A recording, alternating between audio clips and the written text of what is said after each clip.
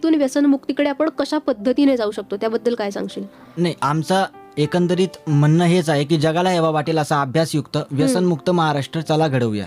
म्हणजे आम्ही सुरुवातीपासून जे काम करतोय ते ह्याच लोगो खाली काम करतोय की जगाला हेवा वाटेल असा अभ्यासयुक्त व्यसनमुक्त महाराष्ट्र आपल्याला द्यायचा आहे. आणि जोपर्यंत बघा, लक्षात ठेवा की आपल्याला महाराष्ट्राचं भविष्य व्यवस्थित करायचं आहे. आपल्याला महाराष्ट्राच्या भविष्याच्या दृष्टिकोनातून आपल्याला काहीतरी एक मार्गदर्शन द्यायचं आहे. तर बरोबर. कुठेतरी व्यसनमुक्ती आणि अभ्यासयुक्त ह्या दोन परंपरा जर महाराष्ट्राला लाभल्या तर कुठेतरी आपण समाजाला एक वेगळी ओळख देऊ शकतो किंवा समाजाला एक वेगळी दिशा देऊ शकतो. म्हणजे व्यसनमुक्ती ही या समाजात गरजेची का आहे? कारण एकतर जोपर्यंत तुम्ही व्यसनमुक्त असतात त्यावेळेला तुमचं शरीर हे व्यवस्थित काम करतं, तुमचं मन हे व्यवस्थित काम करू शकतं. जो व्यक्ती व्यसनाच्या आधीन आहे तो व्यक्ती चांगला विचार करू शकत नाही. म्हणजे वैज्ञानिकांनी सुद्धा हे मान्य केलंय की जो व्यक्ती व्यसनाच्या आहारी जातो, जो व्यक्ती दारू किंवा अशा प्रकारे वेगवेगळ्या प्रकारचे व्यसन करतो, तो व्यक्ती नीट विचार करू शकत नाही. आणि ज्या व्यक्तीला कोणतंही व्यसन नाही, जो व्यक्ती निर्व्यसनी आहे, अर्थात व्यसन कोणतं करावं? व्यसन हे पुस्तकांचं केलं पाहिजे. आपण पुस्तकांचं वाचनाचं आपल्याला व्यसन पाहिजे किंवा आपल्याला चांगलं ऐकण्याचं व्यसन आपलं पाहिजे किंवा भजन कीर्तन ऐकण्याचे आपल्याला व्यसन पाहिजे. हे व्यसन जर असतील माणसाला तर माणूस हा कुठेतरी भविष्यामध्ये उन्नत होऊ शकतो. फक्त जर त्याला द्रव्यांचं व्यसन असेल, जर त्याला फालतूक अशा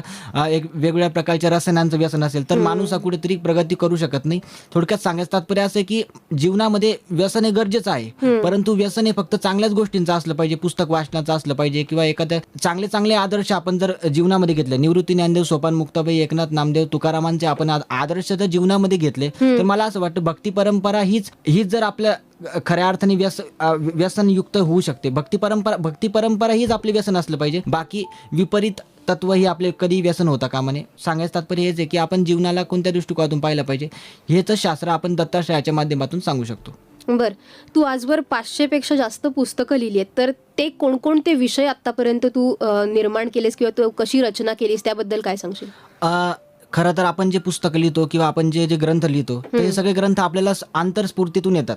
म्हणजे आपण ज्या वेळेला ते म्हणजे योगिक, हे सगळ्या गोष्टींचा आधार एक योगिक तत्वज्ञान आहे. आणि योगिक तत्वज्ञानामध्ये हेच सांगितलंय की योगिक तत्वज्ञान हेच सांगतं की तुम्ही रोज योगा केला पाहिजे, रोज सकाळी उठून तुम्ही योगा केला पाहिजे, रोज संध्याकाळी तुम्ही नामस्मरण केलं पाहिजे, रोज तुम्ही दिवसातून अनेक वेळा तुम्ही ध्यानधारणा केली पाहिजे. मुळात योग तत्वज्ञान हे आपल्याला ध्यानधारणा शिकवतं. आणि जिथे ध्यानधारणा आहे तिथे आपल्याला व्यसनाची कुठेही म्हणजे व्यसन मुक्तीचा संदेश तिथे दिला जातो. म्हणजे रोज तुम्ही जर नामस्मरण केलं, रोज तुम्ही कपालभाती केली, रोज जर तुम्ही सूर्यनमस्कार केला, रोज जर तुम्ही प्राणायाम केला तर मला असं वाटतं तुम्हाला जीवनामध्ये कोणत्याही प्रकारचे आजार होणार नाही, तुम्हाला कोणत्याही शरीराचे आजार होणार नाही, तुमचं मन हे सदैव निरोगी राहील. आणि जगामध्ये जितकेही लोक यशस्वी झाले तर प्रत्येक यशस्वी लोकांनी तेच सांगितलं की आम्ही रोज कोणता ना कोणता योगा करतो. आता नरेंद्र मोदींनी सुद्धा, आता पंतप्रधान आहे तर पंतप्रधानांनी सुद्धा आपल्याला योगाचा संदेश दिला.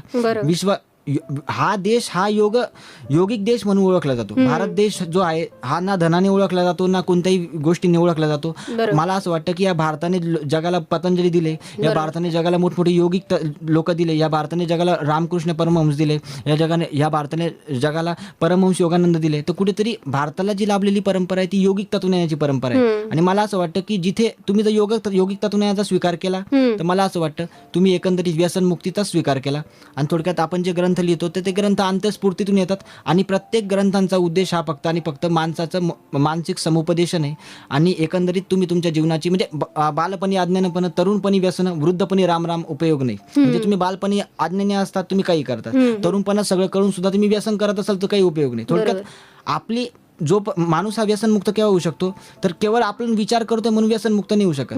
आपली संगत सुद्धा तशीच असली पाहिजे. आपली संगत जर व्यसनी असेल आणि आपण निर्व्यसनाचा विचार करत असू तर आपण कसं काय व्यसनमुक्त होऊ शकतो? थोडक्यात आपली संगत सुद्धा आपण व्यसनमुक्तच ठेवली पाहिजे. आपण चांगली संगत धारण केली पाहिजे. मला असं वाटतं आपल्या जीवनामध्ये आपण कोणाकोणाला आदर्श मानले पाहिजे. स्वामी विवेकानंदांना आदर्श मानलं पाहिजे, डॉक्टर बाबासाहेब आंबेडकरांना आदर्श मानलं पाहिजे, किंवा आपण स्वामी विवेकानंदांना किंवा आपण संत ज्ञानेश्वर, मुक्ताबाई, म्हणजे थोडक्यात संतांच्या परंपरेला, शाहू फुले आंबेडकरांचा हा महाराष्ट्र आहे, यांना आपण आदर्श मानलं पाहिजे. थोडक्यात कुठेतरी आपला जे आदर्श आहे, जर आपला आदर्श प्रबळ असेल तर कुठेतरी आपण चांगल्या अशा वातावरणात जाऊ शकतो किंवा आपण समाजाला एक चांगला दिशा देऊ शकतो, अशा प्रकारचं आपण सांगू शकतो. बर, तू निरूपण करतोस तर त्यावेळेला तू कोणकोणते विषय हाताळतोस? काही सामाजिक विषयांवर सुद्धा तू भाष्य करतोस की फक्त धर्मग्रंथ आणि वेद ह्यावरतीच तुझे निरूपण असतात?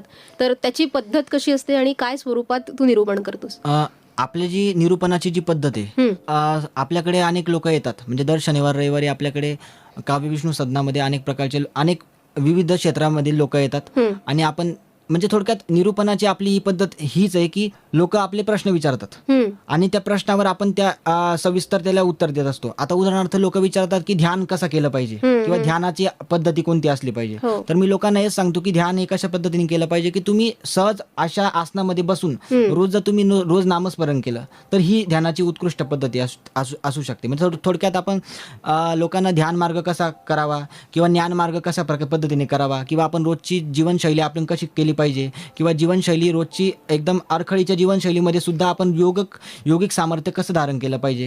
थोडक्यात एक कर्मकांड न करता आपण थोडक्यात छोटंसं जीवन जरी जगलो ध्यान माध्यमातून तरी देखील आपण खऱ्या अर्थाने जीवनाला जाणून घेऊ शकतो. किंवा म्हणजे थोडक्यात आमची जी निरूपणाची पद्धत आहे ना तर ती एकंदरीत काय आहे की स्वाध्यायाच्या माध्यमातून एकंदरीत स्वतःला जाणून घेण्याची परंपरा आहे. म्हणजे आपल्याला फक्त स्वतःला जाणून घ्यायचं आहे, आपल्याला विश्वाला जाणून घ्यायचं नाही, आपल्याला फक्त स्वतःला. जोपर्यंत तुम्ही स्वतःला जाणून घेत नाही तोपर्यंत तुम्ही जगाला समजून घेऊ शकत नाही. थोडक्यात तत्वज्ञान हेच सांगतं की योगिक तत्वज्ञान हेच सांगतं की तुम्ही स्वतःला जाणून घ्या आणि स्वतःला जाणून तुम्ही विश्वाला कुठेतरी कल्याणाचा मार्ग सांगू शकता. अशा प्रकारची व्याख्या आहे. बर, तू आत्तापर्यंत दत्त संप्रदायावर लिहिलंयस, रामांबद्दल लिहिलेलं आहेस, तर म्हणजे तुला ते स्फुरतं कसं आणि तू त्यातून कशा पद्धतीने तुझी ती जी काही व्यक्त होण्याची भाषा असते तर ती प्राकृत मराठी असते, आत्ता आपण जी बोली भाषा बोलतो त्या भाषेत असतं की समोरच्याला समजेल अशा कुठल्या माध्यमातून तू व्यक्त होत असतोस? नाही म्हणजे कसं असतं माहिती का, जेव्हा मी योगिक अवस्थेमध्ये जातो किंवा मी जेव्हा समाधी अवस्थेमध्ये जातो, थोडक्यात समाधी अवस्था म्हणजे अशी अवस्था की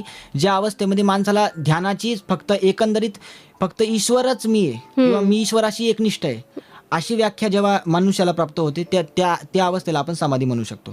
थोडक्यात बघा परमेश्वराचा मार्ग आपण का स्वीकारायचा आहे. कुठेतरी या जगामध्ये आपण या जगामध्ये सदैव राहणार नाही. आपण मृत्यूनंतर कोणत्या ना कोणत्या जगामध्ये जाऊ. म्हणजे थोडक्यात या जगामध्ये मृत्यू सुद्धा आहे, या जगामध्ये जनन आहे तर या जगामध्ये मरण सुद्धा आहे. थोडक्यात कुठेतरी आत्मिक शांतीचा मार्ग, मानसिक